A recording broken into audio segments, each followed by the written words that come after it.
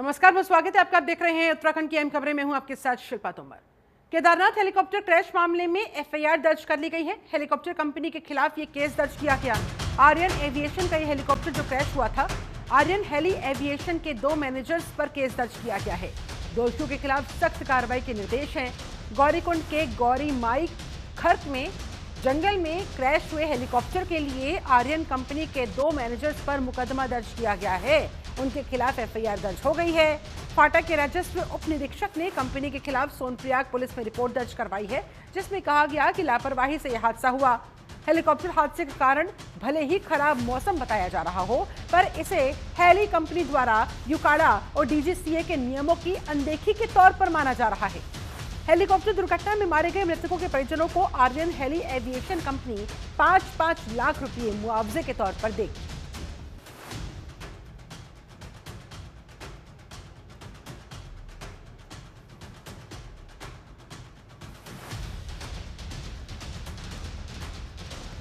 और आइए देखिए, आपको ग्राफिक्स के माध्यम से बताते हैं। केदारनाथ में जो हेलीकॉप्टर हादसा हुआ, 7 जून सड़क पर हेलीकॉप्टर की इमरजेंसी लैंडिंग इससे पहले भी हुई थी। तब भी सबक नहीं सीखा गया, तब भी सावधानी नहीं बरती गई।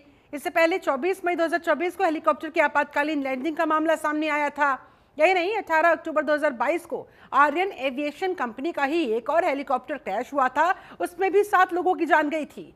23 सितंबर 2019 को हेलीकॉप्टर हादसा, जिसमें 6 यात्री गनीमत रही कि सुरक्षित बचा लिए गए, उनकी किस्मत अच्छी थी।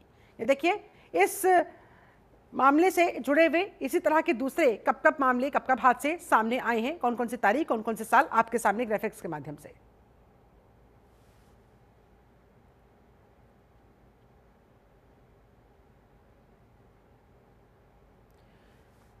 हरीश खन्ना हमारे साथ संवाददाता ज्यादा जानकारी के साथ इस समय कनेक्टेड हैं। हरीश, एफआईआर हुई, क्या कुछ एफआईआर में कहा गया है, क्या आरोप लगाए गए हैं? देखिए, इसमें जाहिर जिस तरह से दिखाता है, जो हेलीकॉप्टर का जो क्रैश होना, वो कहीं न कहीं यात्रा को प्रभावित करने का काम करता है। और इसमें जो निजी कंपनियां हैं, कंपनियों द्वारा जो हेली संचालन किया जा रहा है झारखंड रूट पर, तो उनको कहीं न कहीं अनदेखी का मामला यहाँ पर बताया जा रहा है कि अनदेखी इसमें हुई है, लापरवाही की गई है। और इसी कारण से जो फाटा में राजस्व निरीक्षक है, उनके द्वारा सोनप्रयाग पुलिस में रिपोर्ट दर्ज कराई गई है और लापरवाही के चलते हादसा बताया जा रहा है। और ऐसे में जो हेली कंपनी है, वो जो लोग इसमें हताश हुए हैं, उनको के तौर पर 5-5 लाख रुपया देने की भी बातें यहाँ पर हुई है। और हालांकि मुख्यमंत्री बिल्कुल सख्त नजर आ रहे हैं पूरे मामले को लेकर के। और इस तरह से लगातार जो केदारनाथ में जो क्रैश का जो मामला सामने आ रहा है, तो उससे कहीं न कहीं यात्रा से प्रभावित होने के संकेत दिख रहे हैं। तो कुल मिलाकर ये बात है कि जिस तरह से जो केदारनाथ में जो, लेकिन विश्वास कैसे किया जाए हरीश? मुआवजा तो कंपनी दे देगी, 5-5 लाख रुपए मुआवजे के तौर पर देने का ऐलान कर दिया गया है, लेकिन लोगों की जिनकी जान गई है, उन्हें वापस नहीं लाया जा सकता है। उनके परिवार पर जो बीत रही है, उसे कैसे, उस दर्द को कैसे समझा जा सकता है? और ऐसा नहीं है कि ये कोई पहला मामला रहा हो। ये जो एविएशन कंपनी जिसके खिलाफ केस दर्ज किया गया है, जिसके मैनेजर्स के खिलाफ केस दर्ज किया गया है, इससे पहले भी लापरवाही बरती। अब आगे कैसे भरोसा जताया जाए? कैसे लोग अपनी जान को दांव पर लगाकर इस कंपनी का इस्तेमाल करें, इसके हेलीकॉप्टर सेवा का इस्तेमाल करें? बिल्कुल, देखिए, जिस तरह से केदारनाथ हेलीकॉप्टर जो मामला हुआ है, उसमें एफआईआर दर्ज हुई है। और एविलेंस जो कंपनी है, उसके खिलाफ, उसके 2 मैनेजरों के खिलाफ कार्रवाई हुई है। सिर्फ यहाँ पर ये कहना गलत होगा कि जिस तरह से एक कंपनी है उस पर कार्रवाई, बल्कि सरकार को चाहिए तमाम जो जितनी एजेंसियां यहाँ पर काम कर रही हैं, जो निजी प्राइवेट जो कंपनियां काम कर रही हैं हेली संचालन का, तो उन पर निगरानी रखी जाए। और लगातार जिस तरह से केदारनाथ की अगर बात करें, तो केदारनाथ में जो बदलता मौसम और जो तमाम जो यहाँ पर जो मानक है, यूकाड़ा के जो मानक है, उनको ध्यान में रखते हैं जो संचालन यहाँ पर किया जा रहा है, उसको लेकर के कहीं न कहीं जो एक रूपरेखा तय होनी चाहिए, ताकि भविष्य में इस तरह की घटनाएं ना हो, दुर्घटनाएं ना हो, लोगों को अपनी जान न गंवानी पड़े। बिल्कुल आपने सही कहा कि भले ही मुआवजे यहाँ पर कंपनी द्वारा दिया जाएगा, लेकिन जो लोग चले गए हैं, जिन लोगों की जाने गई हैं, वो वापस। अच्छा हरीश, ये समझ में नहीं आता कि इन एविएशन कंपनीज के अंदर खाने क्या कोई सेटिंग होती है? भाई बार बार लापरवाही के मामले सामने आते हैं, इनकी जवाबदेही तय नहीं की जाती, इनके लाइसेंस रद्द नहीं किए जाते और फिर से इनको एक तरीके से ये पैसा कमाने की मशीन बनकर यात्रियों की जान के साथ खिलवाड़ करने में लग जाते हैं। बिल्कुल जाहिर सी बात है, क्योंकि तमाम जो कंपनियां हैं यहाँ पर संचालन कर रही हैं, लगभग 9 से ज्यादा जो कंपनियां हैं वो यहाँ पर हेली सेवा सर्विस दे रही हैं और ऐसे में तमाम जो कंपनियां हैं वो लगातार जो मालिक हैं उनको ताक पर रखकर ही यहाँ पर काम करते हैं। और ज्यादातर अगर बात करें तो ये कहा जाता है कि जब भी इंजन बंद हो उसी के बाद यात्रियों को इसमें सवार किया जा सकता है, लेकिन यहाँ पर ये देखना बिल्कुल भी नहीं देखने को मिलता है जब इंजन बंद हो और तभी जो यात्री हैं उनको इसमें बिठाया जाए, लेकिन इससे पहले ही कई चक्कर इनके लग जाते हैं। तो ऐसे में ये कहना गलत नहीं होगा कि कहीं कहीं साइकिलिंग इनकी पूरी तरह से दिखती है और प्रशासन भी कहीं ना कहीं इसमें अनदेखी इसमें प्रशासन की भी रहती है, क्योंकि एक बड़ी जिम्मेदारी जिला प्रशासन की भी लापरवाही यहाँ पर और एग्जैक्टली किसकी गलती है तो देखिए जांच रिपोर्ट के बाद ही स्पष्ट हो सकेगा। चलिए हरीश, आप हमारे साथ बने रहे, आगे भी आपसे बातचीत जारी रखेंगे। वहीं उत्तराखंड में जबरदस्त बारिश शुरू हो चुकी है। बदलते मौसम से तापमान में गिरावट दर्ज की गई है। मौसम विभाग ने बारिश को लेकर ऑरेंज अलर्ट भी जारी किया। नैनीताल, बागेश्वर, पिथौरागढ़ में भारी बारिश का अलर्ट जारी किया गया है और लोगों को सावधान रहने की सलाह दी गई है, एहतियात बरतने को कहा गया है। उत्तराखंड में मानसून सीजन की बारिश की शुरुआत हो गई है। प्री मानसूनी बारिश ने लोगों को प्रचंड गर्मी की स्थिति से निजात दिलाई। बारिश के बाद देहरादून से लेकर मसूरी तक लोग सड़कों पर इसकी खुशियां मनाते नजर आए, एंजॉय करते नजर आए। मौसम विभाग ने नैनीताल, बागेश्वर और पिथौरागढ़ में भारी बारिश का ऑरेंज अलर्ट भी जारी किया। इस दौरान लोगों को सावधान रहने की सलाह दी गई है। पर्वतीय जिलों में आज भी भारी बारिश होने की संभावना है, जबकि कुछ इलाकों में आकाशीय बिजली चमकने और बारिश का ऑरेंज अलर्ट जारी किया गया। राज्य के कई जिलों में बारिश के बाद तापमान में गिरावट देखी गई। इससे लोगों को गर्मी से कुछ हद तक राहत जरूर मिली है। मौसम विभाग की माने तो कुमाऊं रीजन के 3 जिलों में भारी बारिश के आसार है। मौसम विभाग के मुताबिक 21 जून तक प्रदेश में इसी तरह से हल्की से मध्यम बारिश होने की संभावना जताई गई है। हरीश खन्ना हमारे साथ, हमारे संवाददाता लगातार फोन लाइन पर जुड़े हुए हैं। हरीश, फिलहाल वहां क्या कह रहा है मौसम का मिजाज? ऑरेंज अलर्ट जारी किया गया, इसके मद्देनजर किस तरह की सावधानियां बरतने के निर्देश?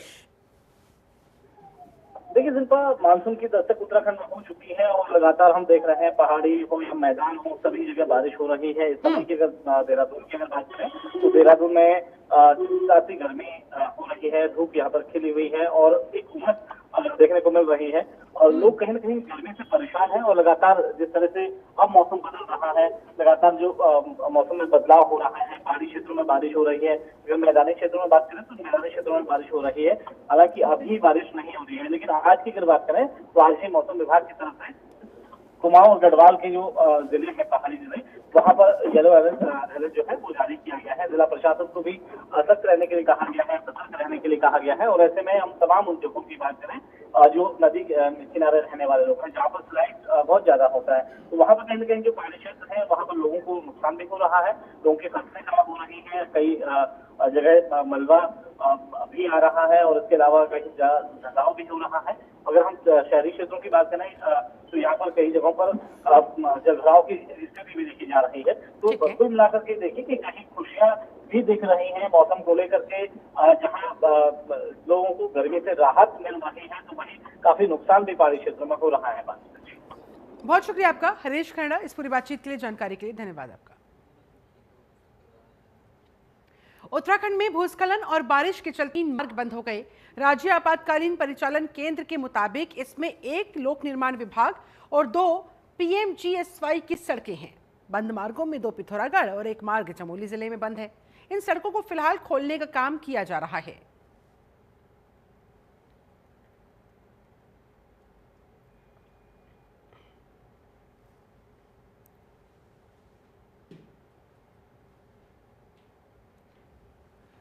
बीजेपी प्रदेश प्रभारी दुष्यंत गौतम रुड़की दौरे पर रहे, जहां उन्होंने केंद्र में मोदी सरकार के 11 साल पूरा होने पर विकसित भारत संकल्प सभा के आयोजन में शिरकत की।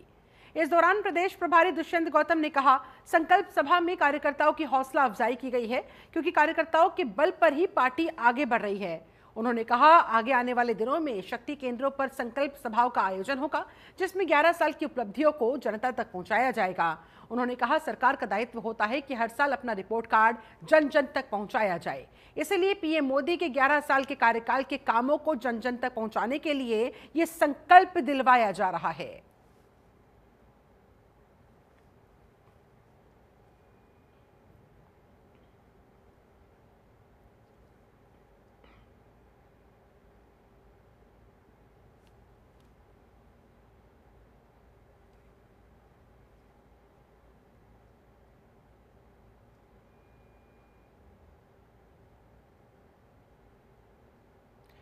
उत्तराखंड मदरसा शिक्षा बोर्ड के अध्यक्ष मुफ्ती शमून कासमी काशीपुर के दौरे पर रहे, जहां उन्होंने कई सभाओं को संबोधित किया। साथ ही में मुस्लिम राष्ट्रीय मंच के पश्चिमी उत्तर प्रदेश उत्तराखंड क्षेत्रीय संयोजक मोहम्मद हसन नूरी के निवास पर शमून कासमी पहुंचे, जहां उनका गर्मजोशी के साथ स्वागत हुआ। तस्वीरें देखिए आपके सामने। जिसके बाद मुसलमान नौजवानों को शिक्षा के लिए किस तरह से आगे बढ़ाया जाए, कैसे उन्हें प्रोत्साहित किया जाए, इस्लामी किताबों के साथ साथ हाथ में लैपटॉप जैसे आधुनिक युग के हिसाब से आगे बढ़ाने पर चर्चा की गई। हरीश रावत के बयान पर प्रतिक्रिया देते हुए शमून कासमी ने कहा कि कांग्रेस मुसलमान को सिर्फ वोट बैंक समझकर अपने लिए इस्तेमाल करती रही है, लेकिन धामी सरकार में अब वो वोट बैंक की खिसकता हुआ वो नजर आ रहा है, जिससे कांग्रेस बौखला चुकी है। कांग्रेस मुसलमानों को सिर्फ वोट बैंक समझती थी और अब वो बीजेपी की तरफ जा रहा है, इसलिए कांग्रेस की बौखलाहट। हरीश रावत को नसीहत देते हुए उल्टा शमून कासमी कहते दिखाई दिए कि बीजेपी सरकार में वो मदरसे सीज किए गए जो कि अवैध थे। वैध मदरसों पर किसी तरह की कोई कार्रवाई नहीं हुई है, इसलिए मुसलमानों को कांग्रेस भड़काना बंद करे। मदरसों को हाईटेक बनाने की कोशिश धामी सरकार की तरफ से हो रही है, जिसका स्वागत किया जाना चाहिए। माननीय प्रधानमंत्री श्री नरेंद्र मोदी जी का ये नारा था कि हम मुसलमानों के बच्चों के एक हाथ में कुरान दूसरे हाथ में कंप्यूटर, उसे अगर कोई सुचारू रूप से आगे बढ़ा रहा है तो माननीय मुख्यमंत्री श्री पुष्कर सिंह धामी जी, हम उनके नेतृत्व के अंदर मदरसा बोर्ड के अंतर्गत आने वाले 450 मदरसों के अंदर हमने आधुनिक एजुकेशन को लागू किया है। हमारे माननीय मुख्यमंत्री श्री पुष्कर सिंह धामी जी ये चाहते हैं कि मुसलमानों के जो गरीब बच्चे मदरसों में पढ़ते हैं वो भी इंजीनियर बने, डॉक्टर बने, आईएएस और आईपीएस आगे बढ़ाया है। सरकारी सिस्टम की लापरवाही और उदासीनता से यमुना नदी अपने उद्गम स्थान यमुनोत्री धाम से ही गंदगी ढो रही है। धाम में यमुना नदी के तट पर जगह जगह श्रद्धालुओं की ओर से यमुना नदी में फेंके गए कपड़े बिखरे पड़े हैं, लेकिन इस प्रथा को रोकने के लिए सरकारी और गैर सरकारी संगठन का तमाम प्रयास विफल ही साबित होता हुआ दिखाई दे रहा है। तस्वीरें तो यही बयां करती हुई। वहीं दूसरी तरफ यमुना नदी से सटाकर सार्वजनिक अन्य शौचालय बना दिए गए हैं। ऐसे में शौचालय की सारी गंदगी प्रत्यक्ष अप्रत्यक्ष तौर पर यमुना नदी में पहुंच रही है। कहीं पर सीवरेज लीकेज होने की वजह से गंदगी फैली हुई है। इससे यमुना नदी प्रदूषित होने के साथ साथ इस नदी की निर्मलता, पवित्रता के साथ ही इसकी सुंदरता पर भी प्रभाव पड़ रहा है, विपरीत असर हो रहा है। ये सब कुछ सरकारी सिस्टम की लापरवाही और उदासीनता का ही आलम है। लाचार सिस्टम के सामने ऐसा लगता है कि प्रशासन भी मौन है।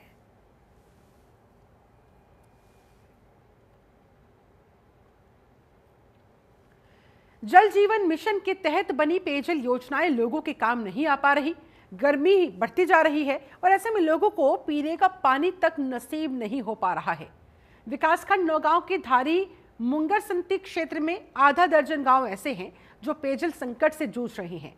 नौगांव के पमाड़ी, बजलाड़ी, नरियुंका, मांदड़ गांव, ऐसे आधा दर्जन से ज्यादा गांव हैं जो पेयजल संकट से परेशान है। इस कदर ये संकट वहां पर गहरा चुका है कि लोगों को पीने के पानी के लिए घंटों घंटों इंतजार करना पड़ता है।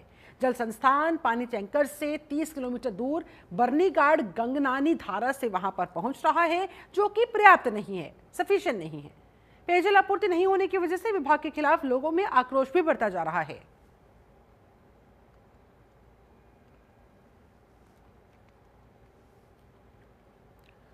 उधर थराली विकासखंड के अंतर्गत कुलसारी नेल ढालू मोटर मार्ग पर ऑटो कार एक खाई में जा गिरी, जिसमें कार सवार दोनों व्यक्तियों की मौके पर ही मौत हो गई। ये एक ऑल्टो कार थी जो खाई में गिरी, इस हादसे का शिकार हुई। इस घटना की सूचना मिलते ही ग्रामीणों ने वहां मौके पर पहुंचकर पुलिस को इन्फॉर्म किया, प्रशासन को इन्फॉर्म किया। किसी तरह से इस ऑल्टो कार को खाई से बाहर निकाला गया। दोनों मृतकों के शवों को पोस्टमार्टम के लिए भिजवाया गया। इस घटना के बाद पूरे गांव में मातम का माहौल है।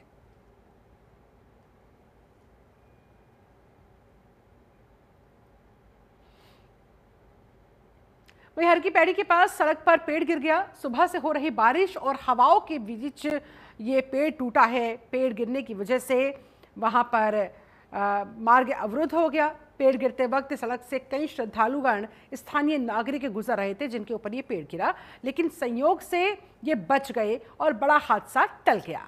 सूचना मिलते ही मौके पर पहुंची फायर ब्रिगेड की टीम ने पेड़ को काटकर रास्ते से हटाया और इससे रोड को क्लियर किया गया।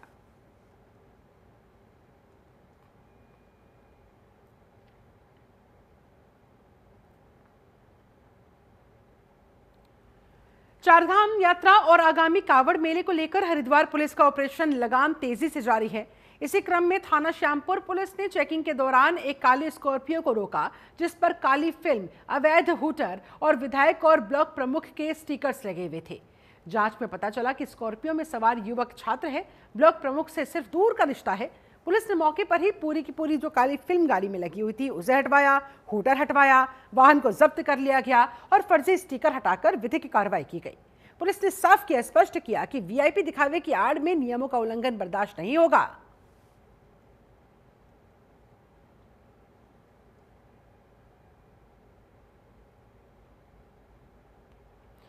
हरिद्वार में गंगा नदी मंडरा रहे संकट को लेकर दायर याचिका पर नैनीताल हाईकोर्ट ने राज्य सरकार को फटकारा है।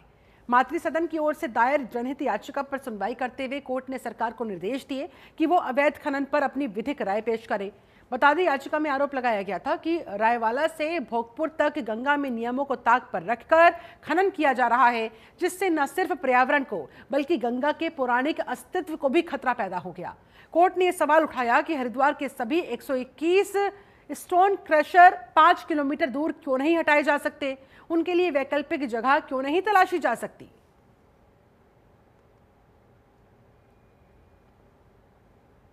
2017 की बात है, 48 से बन गए थे। आप लोगों को पता है कि सेंट्रल पॉल्यूशन कंट्रोल बोर्ड और एनएमसीजी ने गंगा किनारे से रायवाला से भोजपुर तक गंगा किनारे पूर्ण खनन और स्टोन केचर को 5 किलोमीटर दूर का आदेश किया था। इस आदेश का ये लोग उल्लंघन किया। पवन सैनी नाम के एक व्यक्ति वो हाईकोर्ट गए किसी दूसरी बात के लिए, उसी में ये आदेश आ गया तो वहां आदेश हुआ इसका अक्षर से पालन किया जाए, पालन नहीं किया तो हम लोगों ने नोटिस दिए तो 48 स्टोन केचर बंद हुए थे। देखिए, गंगा के खनन का ये मामला 2022 से माननीय उच्च न्यायालय में विचाराधीन है। इसमें 16 मार्च 2022 को एक अंतरिम आदेश पारित किया गया था, जिसमें रायवाला से भोगपुर का जो ये स्पेसिफिक स्ट्रेच है, इसमें खनन पर माननीय न्यायालय ने रोक लगाई थी, जिसके बाद से कोई भी खनन, चुगान, ड्रेजिंग इत्यादि का कार्य सब कुछ गंगा में बंद था। लेकिन उसके बाद भी इस दौरान वायलेशन चलते रहे। इसका मुख्य कारण ये था कि इस स्ट्रेच में लगभग 100 के ऊपर स्टोन क्रशर ऑपरेट कर रहे हैं और जो सभी गंगा किनारे ही लगे हुए हैं। तो प्रश्न ये था माननीय न्यायालय के समक्ष कि यदि खनन बंद है तो इन स्टोन क्रशरों को माल आखिर कौन सप्लाई कर रहा है। वहीं विश्व रक्तदाता दिवस के अवसर पर जिला अस्पताल पौड़ी में रक्तदान शिविर का आयोजन हुआ। इस साल रक्त दे आशा दे, साथ मिलकर बचाए जीवन, इस थीम के तहत आयोजित कार्यक्रम में विभिन्न लोगों ने उत्साहजनक तरीके से हिस्सा लिया। शिविर में कुल 25 लोगों ने रजिस्ट्रेशन करवाया, जिनमें से 12 लोगों ने रक्त भी दान दिया। कार्यक्रम का शुभारंभ गढ़वाल वन प्रभाग के डीएफओ ने किया। इस मौके पर उन्होंने खुद भी रक्तदान करके समाज के प्रति अपनी जिम्मेदारी का परिचय दिया और युवाओं के लिए भी संदेश दिया कि वो भी आगे आए, रक्तदान करें। इससे उनकी सेहत पर किसी तरह का कोई विपरीत असर नहीं पड़ने वाला, बल्कि रक्तदान एक महान मानव सेवा है जो दूसरों के जीवन को बचाने का हमें अवसर देती है।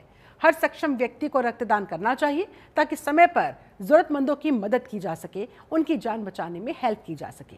ये कार्य समाज में आपसी सहयोग और संवेदना को भी सशक्त करने का काम करता है। पे Indian red cross society Pauri द्वारा जो यहाँ ब्लड डोनर डे ऑर्गेनाइज किया है, इसको जो है अभूतपूर्व प्रतिसाद मिला है और मैं सभी ऑर्गेनाइजर्स को हार्दिक बधाई देना चाहूंगा इस नोबल कॉज के लिए आगे आने के लिए, और सभी डोनर्स को भी जो है मैं तहे दिल से धन्यवाद देना चाहूंगा कि इस नोबल कॉज में वो सब लोग आगे आए। रक्तदाता दिवस है और रक्तदाता और रक्तदान आपस में एक बहुत महत्वपूर्ण कड़ी है, क्योंकि हम रक्तदान की बात तो करते हैं, हम रक्तदाताओं की बात नहीं करते हैं। मेरा आग्रह है सभी से कि वो बढ़ चढ़कर आगे आएं। हमारे समाज में भ्रांतियां हैं कि रक्तदान करने से खून पतला होता है, शरीर में कोई कमजोरी आती है। मैं 18 साल की उम्र से रक्तदान कर रहा हूँ, ये मेरा 22वां बार है। विभिन्न जगह मैं रक्त दे चुका हूँ, रक्तदान कर चुका हूँ अलग अलग संस्थाओं में, लेकिन मुझे आज तक कोई ऐसी शारीरिक बीमारी नहीं है, खून ना पतला हुआ है, बीपी हाई बीपी लो, ना कोई ऐसी बड़ी बीमारियां हो। इसका सबसे बड़ा लाभ ये है कि अगर आप रक्तदान करते हैं तो सीधा आपका खून किसी मरीज में नहीं चढ़ा दिया जाता है। आपके खून की पहले जांच होती है, उसके बाद अगर आपके खून में सब चीजें सही पाई गई तब वो किसी के शरीर में प्रविष्ट कराया जाता है, वरना आपको मैसेज के थ्रू या कॉल के थ्रू हॉस्पिटल्स आपको बता देते हैं कि आपके शरीर में ये समस्याएं हैं और आप इसका इलाज करवा लीजिए।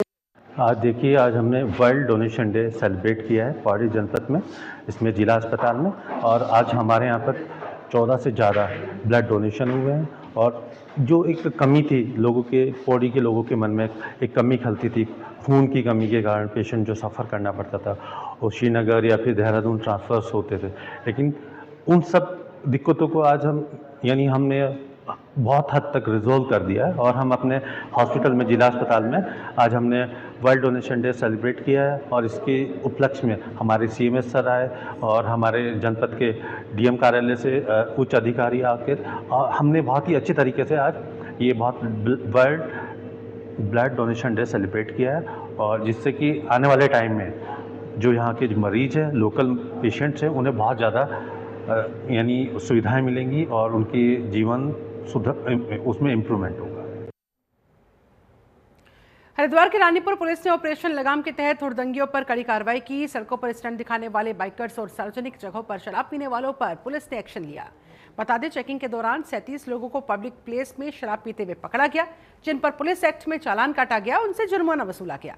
वहीं 4 स्टंटबाज बाइकर्स पर भी गाज गिरी है। मोटर व्हीकल एक्ट के तहत उनका भी चालान कटा है।